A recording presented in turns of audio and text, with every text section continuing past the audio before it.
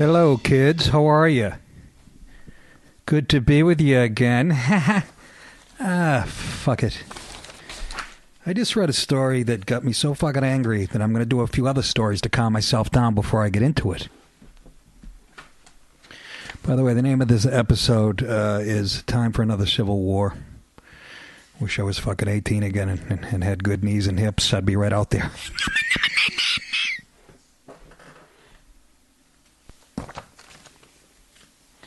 Anyways, hit the wrong button there. Yeah, let's get to it, huh? First of all, Magoobies was great. I was in Timonium, Maryland, a little suburb right outside of Baltimore. Becoming one of my favorite clubs. Big props to Andrew Unger, the guy that built it, the owner. Because first time I played it like 4 or 5 years ago, he was tearing down walls. You know, he had fucking sawdust all over him and shit. A real hands-on guy, and he's built quite a club. And it was great because it's close enough to Baltimore. There's black people in the audience and all kinds of people. I had a couple of women from Abu Dhabi, United Arab Emirates, and I busted their chops calling them Hispanic. But that just rolled off their back. And it was fucking great. Packed almost every show. And just had a great time at Magoobies. If you live in that area, go to that club and support it. It's got like theater seating for you comics listening. It's nice. It's really nice. And I had a great time. And what I liked is, I'll tell you, I swear to God, the people that laugh the hardest at me now on stage are black people. They love a white boy who tells it like the fuck it is. And yeah, like every show, there were a couple tables of black people just flipping out, fucking high-fiving, and there was one older black guy Saturday night, and I know I recognized him before from the last time I came. I'm 99% sure. Didn't get to ask him, but he had like a nice, he had like a 3-piece suit on without the jacket, like just the vest and the necktie, and he, he looked probably, I want to say mid-60s or whatever, maybe, I don't know. But I said to him, you look like every principal in every, Hollywood movie about a bad black high school. He was fucking crying at everything that was coming out of my mouth. I talked about the Baltimore riots, how much I missed them on TV, and it was must-see TV. And I said, I was dying to do this material because I had written it and I hadn't been back to Magooby since, so it was really hitting home. And I said, I learned a lot from watching the looting going on in Baltimore, that I have the exact same taste in snacks as black people. The 50-pound bag of Cheetos and I'm like, Arizona iced tea in grape flavor? I didn't even fucking know that. Check that on my list. And he was popping out of his seat, and his... it was great. It was great. It's fun to do that type of shit instead of doing it in front of a bunch of NYU little cocksucker liberal fucking jerk-offs here in New York. And, to be able to do it. See, that's edgy material, folks. It's not when the Daily Show goes after the fucking old white Republicans in the Tea Party. It's when you could possibly piss off a few black people or Hispanic or Middle Eastern or whatever the fuck. That's edgy material. And people miss it. And like I said, I've said it a million times. In my 28 years, I've had probably 8 black people who were upset. One of them this weekend, by the way. I can't get them all. And probably 55,000 white college-age kids who had a problem with my act. And that's even an exaggeration, but you know what I mean. It's about 100-to-1 ratio. It was just... I guess that's after one show, a black woman, younger woman. And I know it was because I was standing near the wall after the show, and I was just getting this vibe from her. She wouldn't even look at me. She had this puss on her face. And I guess she went to the owner and said that she's going to blog about how racist my jokes were. And... I think his, I won't say what his response was, but let's just say it this way. I think he votes the same way I do. But he told me just how, people can be. But she didn't like it. She's got a blog. So, oh boy, it means I did my job. But the other, I'd say 60 black people that saw me this weekend, more, who are loving it. There's always, and white comics will tell you this, so there's always one black person, male or female, usually with me, female, that just stares blankly, and it just, to me, defines how different we are. And I don't give a fuck what anybody says. We're like from two different planets a lot of times. Just this one woman, and I don't think she was the one that, she wasn't the one. The one that was just staring at me wasn't even at the show where the other woman who was going to blog two different shows. But this one just staring at me with this, just not emotionally involved, you know, in any way with the show. Just not fun. And then, and this applies again, another show, Saturday night, I think it was the first show, there was a white guy up front. Looked like he was in his early 30s maybe with his girlfriend. And he was staring at me in a catatonic state. He had like a beard. I don't know if he was trying to provoke me, but I would go, whoa, sir, after like 10 minutes. And people noticed him before I did. I guess the other comics noticed too. And I'm like, sir, whoa, do you not fucking like me? Why'd you fucking come? And he would just stare at me and wouldn't answer. I didn't see him talk to his girl. It's in 28 years, it was the most unnerving thing. I don't know why he was there. I literally asked his girlfriend, is he from this country? And he would just like, kept staring up at me with his lips, mouth a little agape, with this catatonic, like he was on medication. No emotion whatsoever. Just totally. And I'm going, well, he's white, so it's not a cultural thing, unless he's a fucking lib, and he really, that's how far apart. But it wasn't. It looked like he was being so passive-aggressive, he wanted me to fucking slap him in the face. I was fucking, every once in a while I would peek. I had to make a conscious decision on stage not to look at him. It was the fucking weirdest thing. And when I said goodnight after doing an hour, I looked down at him, he had the same look on his face, just staring at me. I don't know if he's trying to provoke me. I've never fucking seen anything like it. And every time I would call attention to it, the people in the audience that could see his table, and he was sitting right up front, they were howling because they couldn't believe what they were witnessing. Just fucking retarded. Jesus Christ. But anyways, killer friggin' shows, big crowds, and I like that club more and more every time I go back. And I just had a fucking ball, and I hadn't been on stage in a couple weeks. I think I'm through driving into the city and doing my 15-minute sets, because it just fucking, you feel like a caged animal doing 15 minutes. I can't even get warmed up in 15 minutes. You know, I stayed away for a couple weeks out of the city. And when I went on, I was like a lion they let out of their cage. I just wanted to fucking, and this stage is big and beautiful, and it just let me literally stretch my legs, and figuratively as far as material. Just, I had all this pent up energy from not being near it for a while, and just was winging it, half of it off the top of my head. And I'm going to have to literally listen to every show.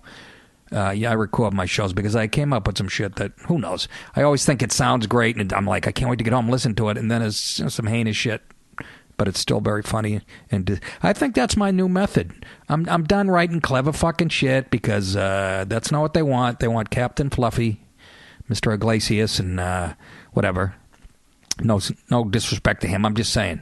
I'm just going to show up, and the purest art form of stand-up, which nobody does, is to go up there and fucking wing it. I'm not going to wing a whole hour. Nobody does that, but come as close as I can. And just say the shit that's in your heart and gut. That's the best way to do it, not be trapped by previously written, proven bits. And I've been doing that lately more and more. And what comes out of my mouth sometimes just fucking shocks me. But it's just funny as hell.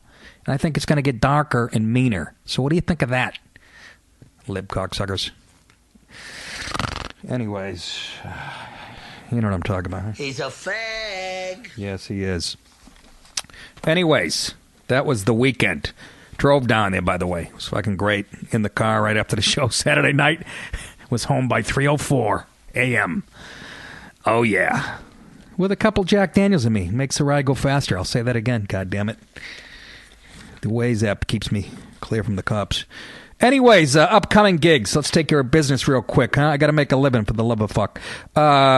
This week, this Thursday, Friday, and Saturday, I'm on a plane to Jacksonville, Florida. Jacksonville, Florida. The Comedy Club of Jacksonville. Thursday the 12th, Friday the 13th, Saturday the 14th. Come on out. And then Suffolk Theater in Riverhead, New York on November the 28th. That's a Saturday night.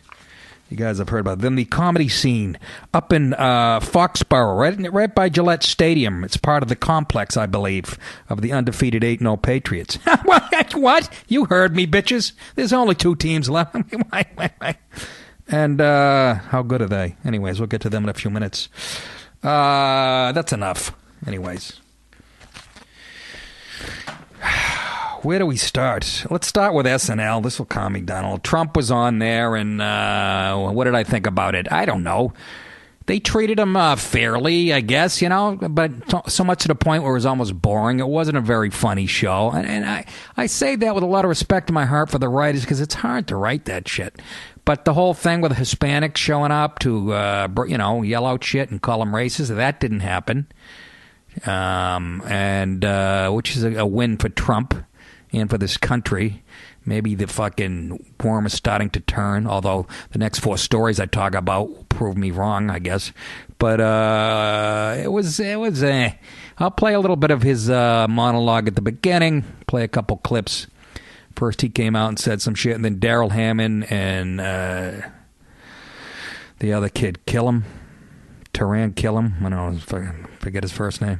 But they both do a great Trump, and that was kind of funny. But here's some opening jokes from Trump in the monologue. The first joke is just a fucking flat dud, though. I'm like, uh-oh, he's getting set up to die. But that really wasn't the case. I don't know. It's wonderful to be here. I will tell you, this is going to be something special. Many of the greats have hosted, as you know, this show, like me, in 2004. A lot of people are saying, Donald, you're the most amazing guy. You're brilliant.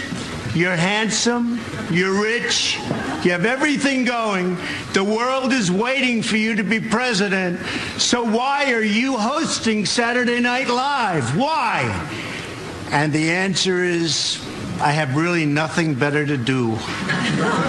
People think I'm controversial, but the truth is... All that build up, and that's what the fucking punchline was? That was supposed to get a bigger laugh. By the way, the audience sucked cheese nuts. Oh, they were horrendous. Again, probably because it's filled with young kids who, if they laughed at Trump, and you think I'm kidding about this, I'm not. If they fucking laughed at him, it would be like voting for him and going, hey, he's actually a likable guy. They sat on their fucking hands like New York audiences do, and no, it's not all just tourists in the audience, if that's what you're thinking. They were just flat. Even for sketches that were funny that Trump wasn't in, they were just dumb and flat. And like I said, when he was in the sketches, they definitely were, I don't know. It just seemed, again, it wasn't the most hilarious shit, but there was some stuff that should got bigger laughs. And I think, I'm telling you, like I said, laughing at him would be an endorsement of him. Then, like I said, Daryl Hammond and the other guy came out next to him. And, well, let me play the rest of this clip. I'm a nice guy. I don't hold grudges against anybody like Rosie O'Donnell. She said some things about me that were hurtful and untrue. I said some things about her that were mean but completely accurate. That shit got a bigger laugh. That was actually funny. Anytime I can shit on Rosie. But, again, not hilarious, but here's the second part. You think you're this terrific person. It's Daryl Hammond making fun. You think you're this, you think you're that. You're being very naive, and quite frankly, you're fired. They're great. They don't have my talent, my money, or especially my good looks. But you know what? They're not bad. And we're going to have a lot of fun tonight. You're a racist! Who the hell is... Oh, yeah, I knew this was going to happen. Who is that? Trump's a racist! Cut to Larry David. Who I love. Who everybody loves. It's Larry David. What are you doing, Larry? I heard if I yelled that, they'd give me $5,000.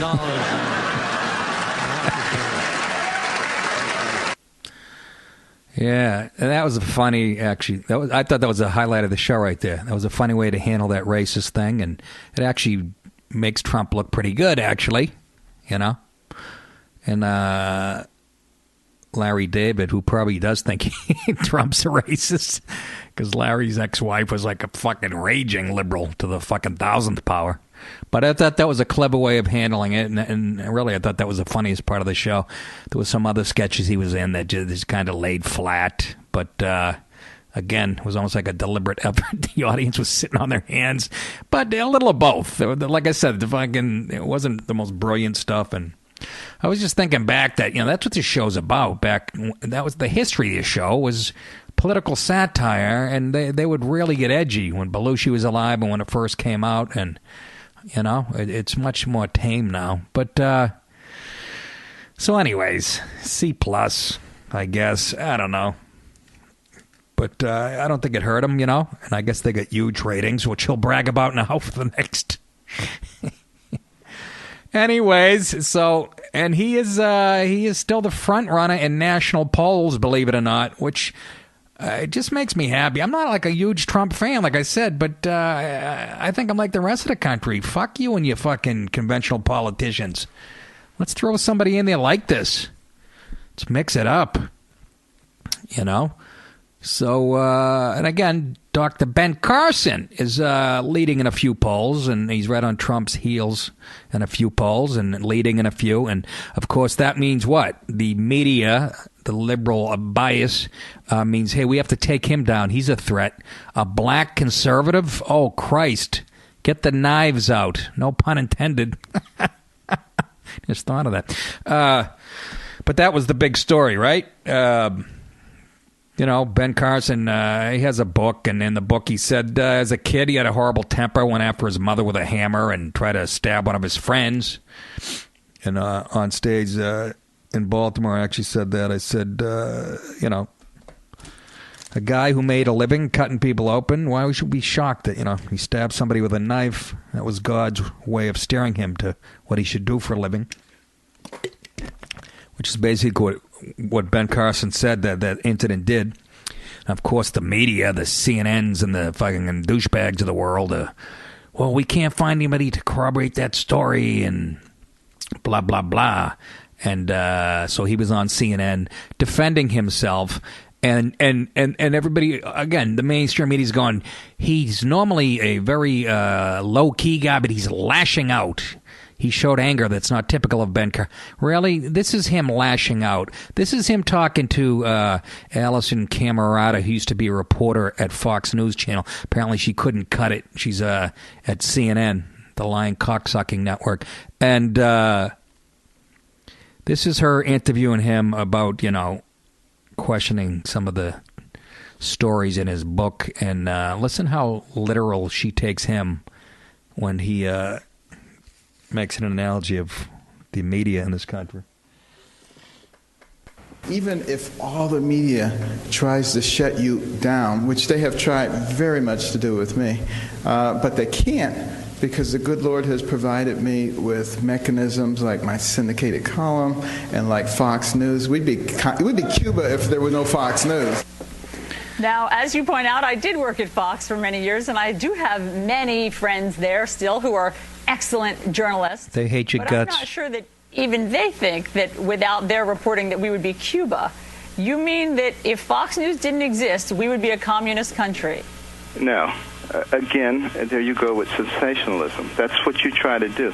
And you hope that somehow that will resonate with people who don't think for themselves. Dr. Carson, you said it. I'm actually quoting.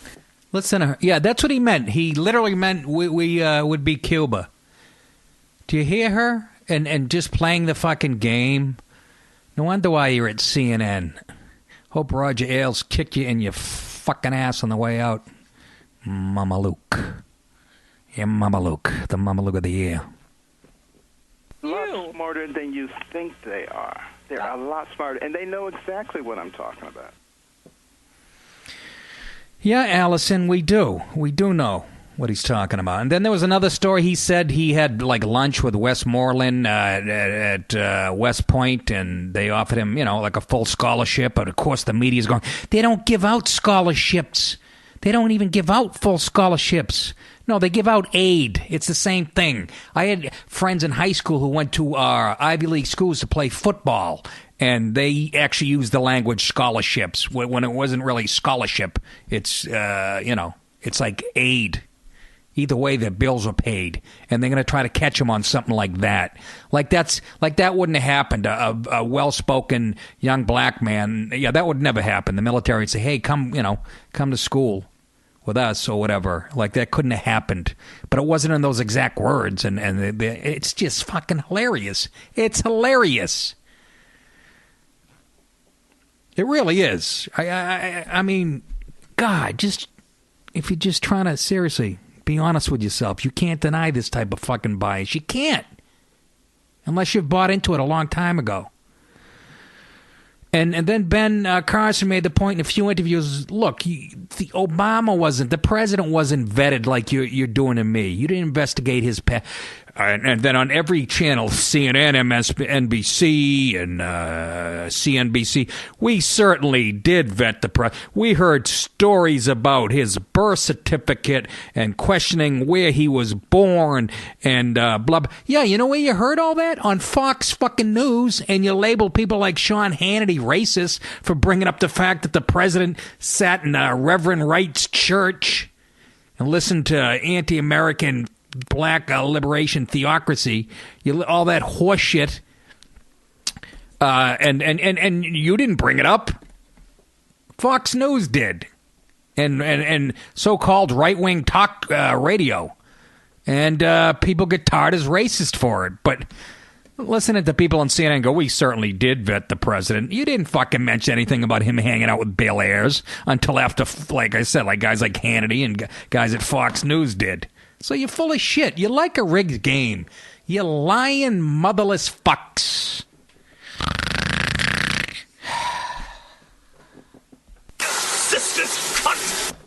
There's no need for that talk, Nick. Yeah, there is. It's the beauty of this podcast. Nobody looking over my shoulder going, they're picketing out front.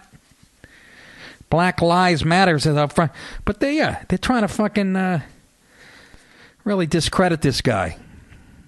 He has to prove, and I know everybody saw the irony right away, maybe not everybody, but it's funny, he has to prove, I did too stab somebody, to prove that he's legitimate to run the United States. I did too, I was too a psycho, don't tell me.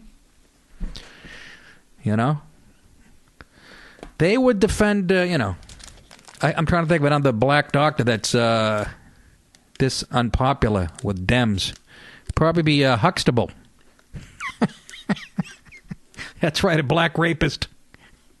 Cosby, they hung him out to dry. Why? Because he was conservative with his politics. Remember, speaking out against the hip-hop culture and all that? They fucking hung him out to dry. And the fact that he was a racist, but they're like, you know what? We can't even, we the lib media, we can't even defend this guy. Plus, he's not even, he doesn't even like our politics. But Ben Carson, get used to it, pal. I mean, it is unbelievable. It's unbelievable what they're trying to do. And it's just so obvious. They're shameless. Like that clip I just played that Alison Camerata, she doesn't even see. Doesn't even see it. Oh, she does. We're supposed to believe she doesn't know what she's doing. It's so frustrating, man.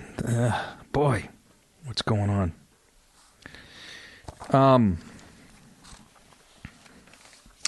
What else? Is that it about Dr. Carson? That was about it.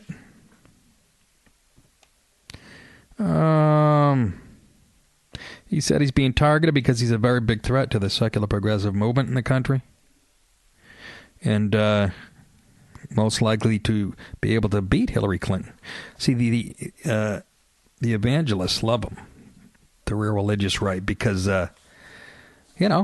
he grew up in a hard-scrabble neighborhood in Detroit and was poor, and he's really the American story. And, and he really did try to stab somebody, and and then he said what made him, he found God or whatever. And again, I'm not religious, I'm not like that, but I'm just saying he found God, and it's what turned his life around, religion or whatever. And hey, if that works for him, great. And evangelists make up a large part of the voting bloc still, regardless of what everybody's telling you that old white people are on the way out. Boy, the left can't push the old Christians out of the way fast enough, can they? It's unbelievable. So anyways, yeah, it's going to get interesting. But he's calling them out on their bullshit. I think the game's finally changing a little bit. Seems like a nice fella to me. Imagine that, though, being like piss poor and end up being like a world-renowned brain surgeon. I mean, what he's accomplished. Compare it to fucking fat Hillary. She has done nothing. Fucking nothing.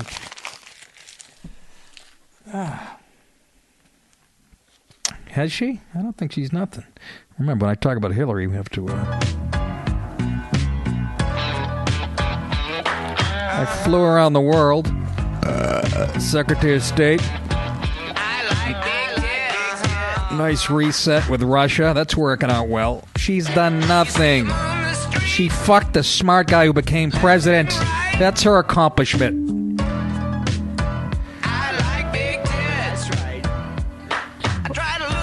Even Trump. Look what he's accomplished in his life. Yeah, he got $1 million loan as a kid. Look what he turned it into. Seriously. Compare that to Hillary's resume.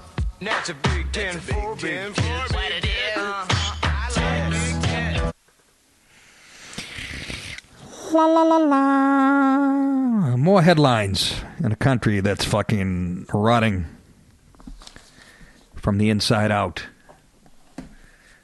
Hey, I'm in the dark here. My lamp just came unplugged. I don't know if this is a follow-up of a story I did in an earlier episode or another chick. A female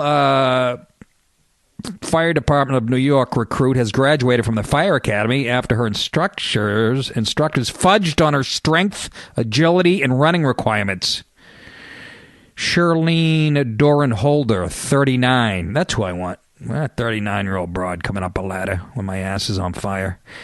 I wouldn't want some 28-year-old Irish guy with a big mustache who did, 50 pull-ups. No, I want this fucking housewife with a frumpy ass who was handed her job because she had a clitoris.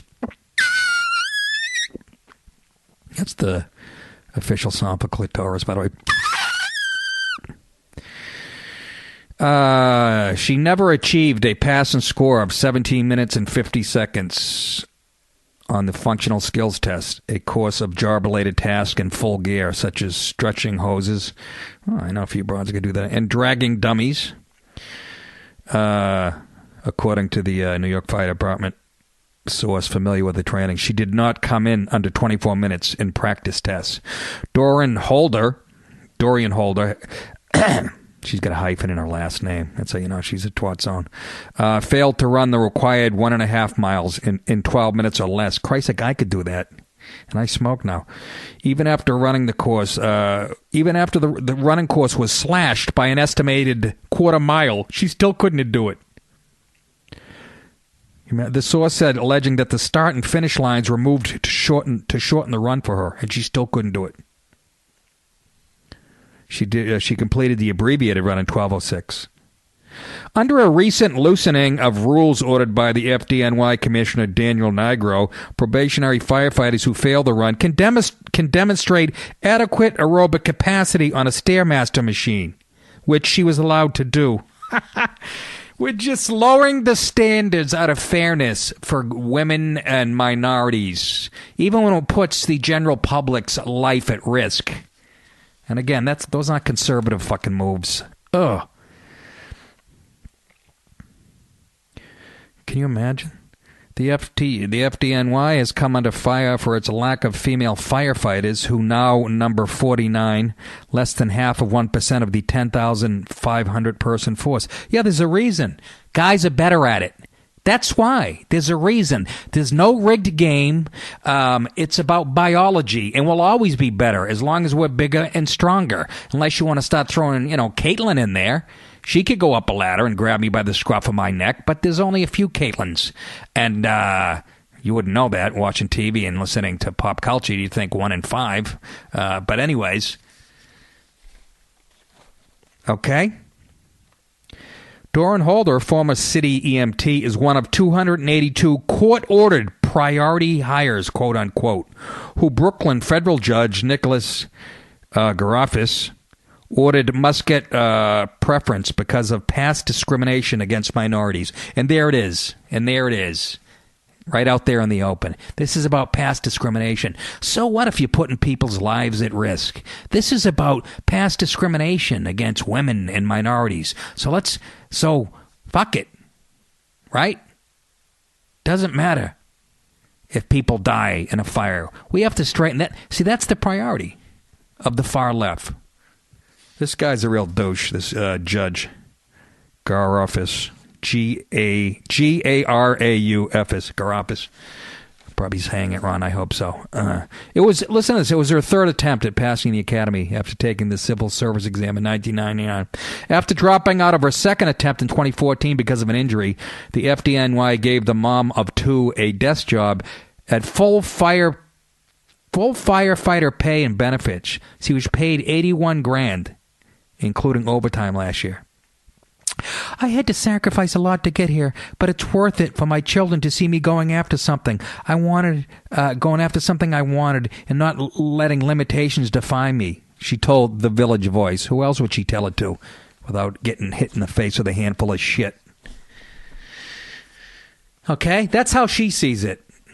She's a role model for her kids. Even though we had to bend the fucking rules and cheat and lie, and other people, even other women firefighters, actually had to pass the test. She's a good role model for her kids. You can do anything you want, is what she's saying, if you know the right people. Ugh. Well, that just sums up our country right now perfectly. Perfectly. Hey, there's men firefighters in San Francisco, remember? A whole bunch of them filed lawsuits because they were being discriminated against. And there's plenty of proof of that. But see, in the left's mind, that's fine. Because that's what you did to people a long time. No, we weren't even on the fucking planet when that shit was going on. But you're gonna tread on us now. Is that how it works? The right has to, again, time for a civil war. It's fucking time for a civil war. That's all I can really. It's not going to be solved. It's like The Godfather when they have the, remember? Clemenza goes, this shit happens every 10 years. It's good. You get the bad blood out. We haven't had one since, 1865? Time for another one! Oh. Why is everyone so fucking stupid? Because they went to NYU. More people intelligent, like me. I don't know. Well, congratulations there, Shirlene Doran Holder, 39, desk fucking job mom, unathletic douche. Congratulations. Big props to you. I hope as you're going up the ladder, you fucking turn one of your chubby ankles and fall 12 stories. And 12 male firefighters have to catch you and save your pitiful life. Or not. Motherless man.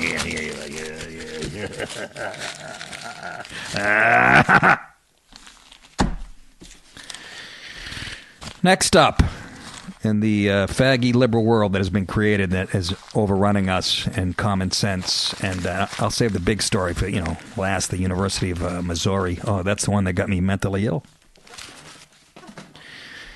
Here's the headlines. NYU liberals boo Halloween decor.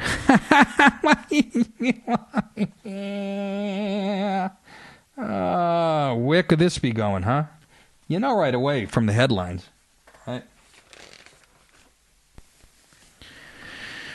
In a scary case of political correctness, a projection of silhouetted figure hanging from a noose, part of Halloween decorations at an NYU law school costume ball, prompted liberal student groups to pen an angry letter to the administrators. You believe that? Because of a decoration of somebody hanging in a noose on Halloween. The fall ball decor on October 29th showed triggering, disrespectful and harmful suicide imagery, quote unquote, said the law school's Mental Health Law and Justice Association in an open letter to Dean Jason Belk and Trevor Morrison. For members of our community who have lost someone to suicide, do you fucking believe this? Or who have had personal experiences, this topic is not a Halloween gimmick. Oh my fucking God. We've reached a place that I can't believe I'm not a billionaire with my fucking comedy. I can't believe I'm not fucking world famous. What do I have to do? Sneak into NYU and cut somebody's throat? Said ex-comedian Nick DiPaolo. The projection showed silhouetted people engaging in what we can only imagine were intended to be spooky activities, according to the letter. One of the images projected displayed a man dying by suicide. The letter demanded an apology to all members of our community who may have been triggered by the images. Trigger this, you fucking motherless tit wonder. You know this whole triggering thing, right, folks, how that works? Books are vetted now on college campuses. If there's something in a book that might trigger like a bad, make somebody uncomfortable, if the book, refers to rape and somebody who's reading the book might have been raped or knew somebody who was raped or their dog might have been raped, that they're supposed to be protected from that. Boy, that's free speech, huh? That's free speech, huh? The offending video was projected onto the windows inside Greenberg Lounge in the law school's Vanderbilt Hall building. I probably walk by it every night when I go to the Comedy Show. During the annual ball, attended by hundreds of students in costumes. We can only hope these students hang themselves. A group of... I used to do a bit about NYU students committing suicide. They used to jump, within 2 years, like 3 or 4 of them jumped up the library building and killed themselves. Like a 5-year span. And again, the Comedy Cellar is right on the NYU campus. And I used to say, I'm afraid to park in this neighborhood. I might get hit by a chemistry major. Some Indian kid who got a 3.9 and he's afraid to go home. It actually used to kill, even in front of those liberal pusses. And, can you imagine? So Halloween decorations are triggering. Think about that. Don't put up a witch on a broomstick because somebody might have been sodomized with a broomstick. Don't put up a pumpkin. That reminds me of my father who had choked on pumpkin pie one Thanksgiving. Unfucking believable. Don't put up skeletons, because you know what? We all know somebody who had cancer. This is the world we're living in. Can you? I didn't think it could get to this. I really don't. Again, time for a civil war. Time to bloodlet. The students are going to be meeting with the dean, the concerned students, next week to discuss the matter. And once again, the dean will cave in because he's a spineless white fella in a suit who's helped with this insanity, helping it metastasize across our society. Yeah, all that from a Halloween decoration. Can you fucking imagine? Can you? That's why I stand up. I just cut loose, It really is. It saves me. I get chest pains like when I don't go on for a couple of weeks. I think I'm figuring it out. What else in the politically correct world of... Well, here's the story that got me going. Coco. Tim Wolf, University of Missouri System President, resigns. Amid a wave of student and faculty protests over racial tensions that all but paralyzed its flagship campus here, the president of the University of Missouri System resigned Monday, urging everyone involved to use my resignation to heal and start talking again. President Tim Wolf had grown increasingly isolated, with opposition to his leadership reaching a crescendo in the last few days. A graduate student named Jonathan Butler, a black guy, has been holding a highly publicized hunger strike, saying he would not eat again until Mr. Wolf was gone. The university students' government on Monday demanded his ouster. You see, it's like 1960 again. Again, they're stuck in 1965. You want me? Oh, God. The inmates are running the asylum. It happened. Just go back and read your history. It happened at Yale when the Black Panthers took over and the Black liberation groups and all the white academia, all these spineless white guys that ran it just fucking caved in, and it's happening again. Obama has done a real number. So the university student government demanded his ouster, and much of the faculty canceled classes for 2 days in favor of a teach-in focused on race relations. But it was the football team that delivered what might be the fatal blow to Mr. Wolf's tenure when players announced on Saturday they would refuse to play as long as the president remained in office. And their head coach, Gary Pinkel, said he supported them. Another spineless jagoff. The prospect of a football strike drew national attention, and officials said that just forfeiting the team's game next weekend against BYU would cost the university $1 million. Oh, so now we see why. Now we see why maybe Tim, the president, and the football coach, the president resigned and the coach is backing the students. Doesn't have anything to do with $1 million it lose, does it? The revolution got sold, folks. Listen to this. That got the attention of the alumni and the board, along with the substantial penalty they would have been facing, said United States Rep. Lacey Clay, a Democrat who represents part of the St. Louis area. That would have been a disaster for the recruiting of black athletes and of black students to the university. Mr. Wolf announced, he means, if the game didn't go on. Mr. Wolf announced his resignation just before meeting with the university's governing body, the Board of Curators on campus here, the flagship of the four-campus system. It is my belief we stopped listening to each other, Mr. Wolf said. This is the president who resigned. We have to respect each other enough to stop yelling at each other and start listening and quit intimidating each other. So you want me to believe there's like conservative groups and white people intimidating black people on college campuses anywhere in this nation? That's what you really want us to believe, right? I take full responsibility for this frustration, he added, and I take full responsibility for the inaction that has occurred.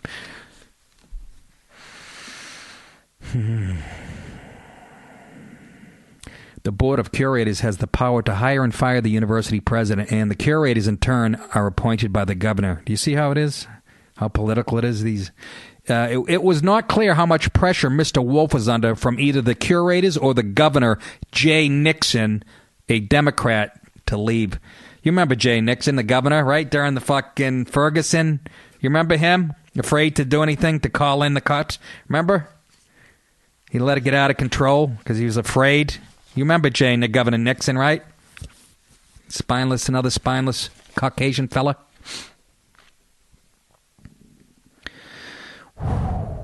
A series of racist incidents in the last few months spurred calls for change, and protesters said the president at first did not take their complaints seriously, and that his later responses were not strong enough or swift enough. They never will be. They never will be. These kids won't be happy till, there's no white people on a college campus. Well, that goes for white libs, too. They want you out, too. I know you think you're helping them. In September, the president of Missouri Students Association, Peyton Head, who is black, posted on Facebook that a group of men had yelled racial slurs at him and said it was not the first time he had suffered that kind of abuse at the university. Do you have that on tape anywhere? Can we see it? I just want to see proof. I mean, that's the world we live in now, right? Where you have to, you have footage, right? Body cameras, so we can see the white cops beating up on black people. So I just like to see some footage of white people yelling racial slurs at this guy.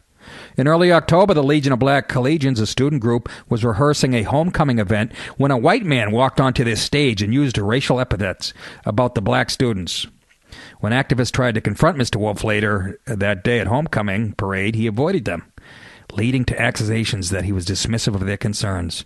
You got to stop and do it when somebody yells an N-word at somebody on a college campus, Mr. President, you got to stop what you're doing. I don't give a shit if it's a parade, and take care of your business. Later that month, someone used feces to scrawl a swastika in a university building. Probably a German guy with the shits, I'm guessing.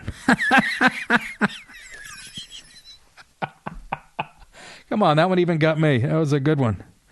Oh, you know how that bratwurst can hit you at the wrong time?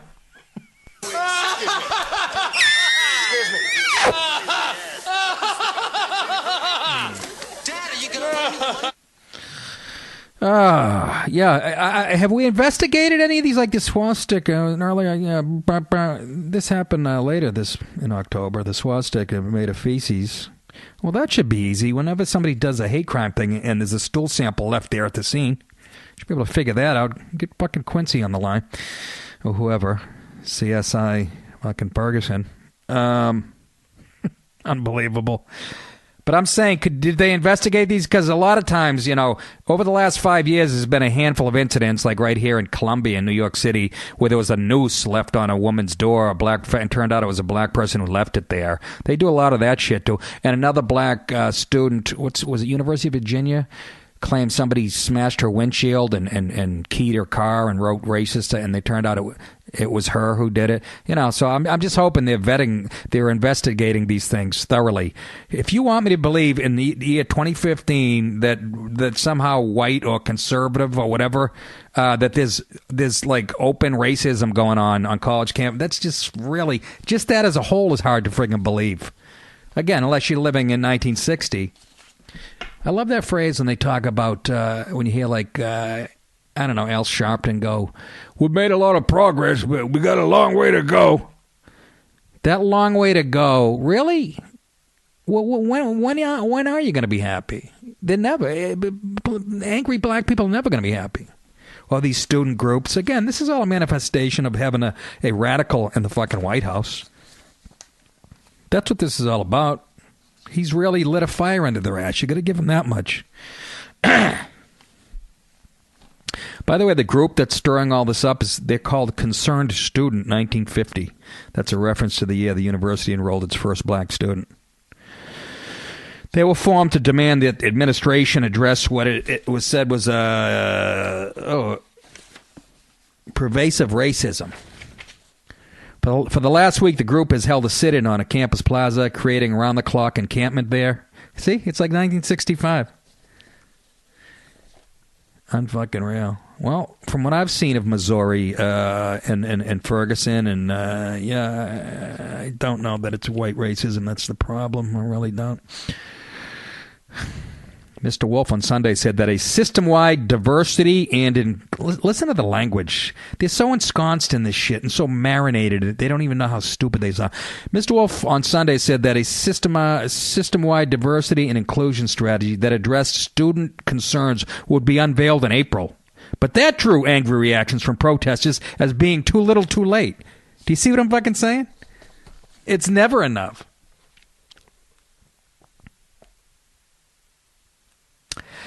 Senator Jamila Nasheed, a Democrat of St. Louis who said Mr. Wolf had become a major distraction, drew a link between events here and the protests last year in Ferguson, a St. Louis suburb, over the fatal shooting of Michael Brown.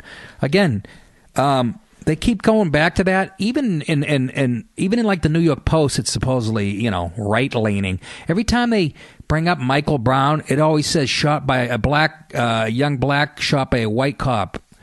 It doesn't say and justifiably so. They never mention that, even now. Even now, that whole Black Lives Matter thing is based on a fucking lie. It's based on that incident.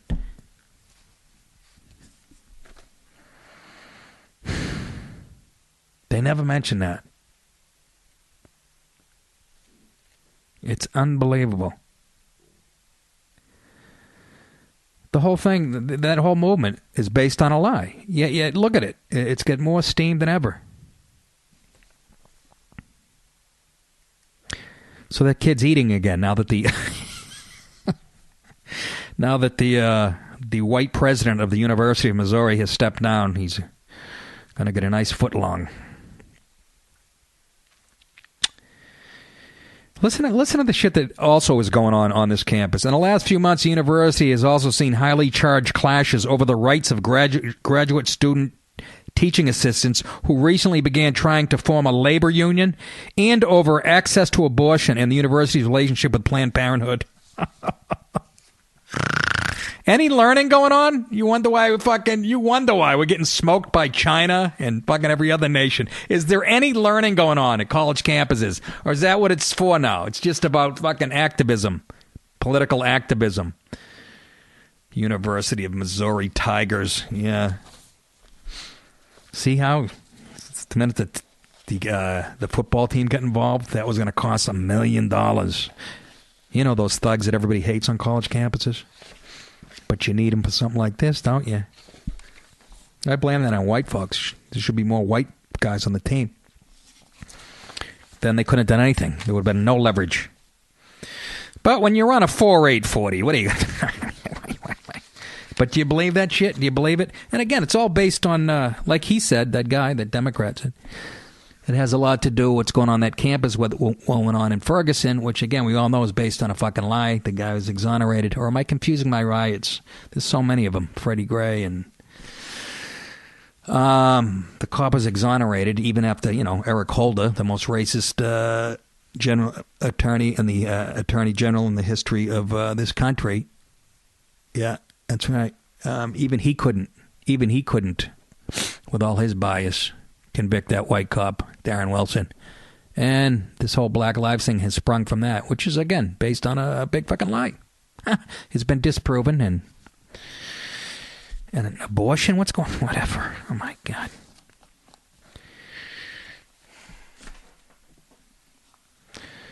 What the hell else? I think I needed a hernia operation. Well, I was told that 20-something years ago. When I lived in... When did I live in Queens? 99. What's that? 16 years ago? Yeah, I was told by an Indian guy in Queens. Doctor. Well, he said he was a doctor. He did it at a bus stop at like 1 a.m., but he had a lab coat on with blood on it. So, But he told me I needed a hernia operation, and I got a second opinion back then, and the guy said, if you can stick it out a little longer... Okay, that was 16 years ago. As I talk to you now, I have a dull ache in my right nut that's going up to, I'd say, right behind my right nipple. There's something hurting down there. It's been aching. When I sit down, it aches like a motherfucker. But I don't want to go. If you have the hernia thing, you got to burn your pubes off with a can of Kingsford, and then it's itchy growing back, I think we've all had that experience, haven't we? Well, somebody's emailing me here. See if I can read this. I can't read it. Anyways, so that's the University of Missouri president stepping down because the inmates are running the asylum, just like in the 60s. Congratulations. You have won, Mr. Obama. I like big tits. Yeah. That is a good song. Hey, hooah. Yeah, I was at McGoby's, and the kid that was emceeing, young kid named Shane, he played football, college football, a young kid, a lot younger than Mr. Hooper here, and a big BBY came in and picked us up. I'll never put on a helmet again. But yeah, we were watching. He was a big college football fan, and we saw the end of Ole Miss, Arkansas. And Ole Miss is way up there, like in the top 5. They beat Alabama this year, and they really... It went into overtime. Long story short, unbelievable ending. Guy laterals, and another guy picks it up and runs about 40 yards for a first down. Whatever. And then, anyways, Arkansas quarterback on like the last overtime, they go for it instead of, kicking a field goal or whatever. They go for the win, like on the second overtime. And instead of just kicking the field goal and prolonging the game, and the quarterback just gets over the line, takes a shot in the back. And then Jenny Dell, who used to be the Red Sox girl on Nesson, she ended up sleeping with Will Middlebrooks. I don't know if they're still together, but that's why she got the boot, I think. Real piece of ass. I mean, really. And so now she's on the college sideline for CBS or whoever the fuck. And... I'm talking to... Actually, we were watching... Yeah, they showed that clip of that. And they and the interview, and I was making fun of the female sideline reporters, which we all do, if you have an ounce of respect and testosterone left at how bad they are, and they add nothing to the game. And I was saying to the guy, they always ask questions like, so how, they actually sound like Dr. Melfi from The Sopranos. So you scored that winning touchdown with 3 seconds left. How did that make you feel? It's always, what was going through your mind? You can tell they never, how did that make you feel? Where did you, there's never any like technical aspect like, yeah, they were running a 3-4, defense and they switched up to a 4-3. How did you pick up on that? They had, the two safeties were playing a deep third and that gave you single coverage on the outside. It's more like, so were you excited when you made that touchdown? You jumped in the end zone? Are you going to get a lot of blowjobs? We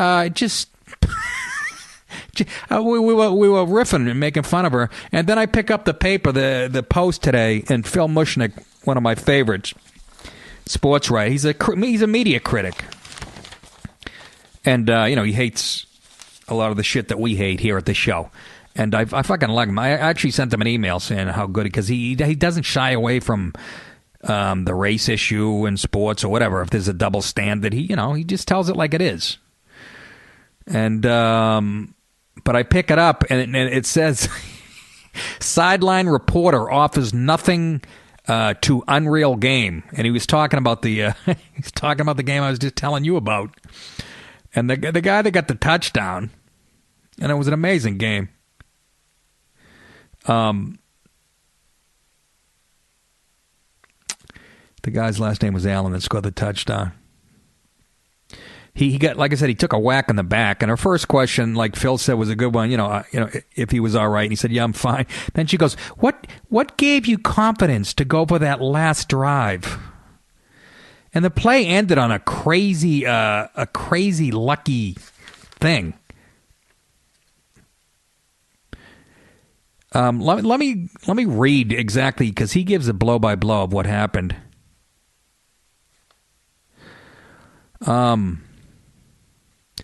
Pick it up in the bottom of the first overtime. Ole Miss is up by 7. I hope I'm not boring you with this, but it adds to how silly her questions are. It puts it in context. Starting at the 25, Arkansas went straight backwards, including a fumble it barely recovered until it was fourth and 25. In other words, this is it, right? If they don't get it, game's over, and Ole Miss wins. On fourth and finished, he says, I love it. Brandon Allen, it's a quarterback for Arkansas, pressed from the pocket, threw a 14-yard pass to tight end Hunter Henry at the right sideline. He immediately was swarmed, so he flung the ball over his head backwards blindly, desperately, 15 yards behind him. And it was picked up on a bounce by teammate Alex Collins, who ran it down to the 11 and gets tackled. That's a first down. But Collins apparently thought it was the game's last play. And so on his way down, he pitched it back, a fumble. But it was recovered by teammate Dominique Reed. First down, Arkansas. 2 plays later, University of Arkansas scored, trailed by 1. But Coach Brett Bielema chose to go for 2 in the win from the 3-yard line. And then the quarterback rolled out, like I said, just got into the end zone. But hold on. Game's over, right? No, there's a face mask. The penalty gave UA the ball on the 1.5 where Allen leaped in head first for the 53-52 win. So he was going to go for 2 from the 3, but there was a face mask. Puts it on the 1.5, and they score to win. And she says, "Oh God, what gave you the confidence to go for that last drive?" And Phil Mushnick goes, "What drive? Confidence? It was all crazy and dumb luck." That was the story.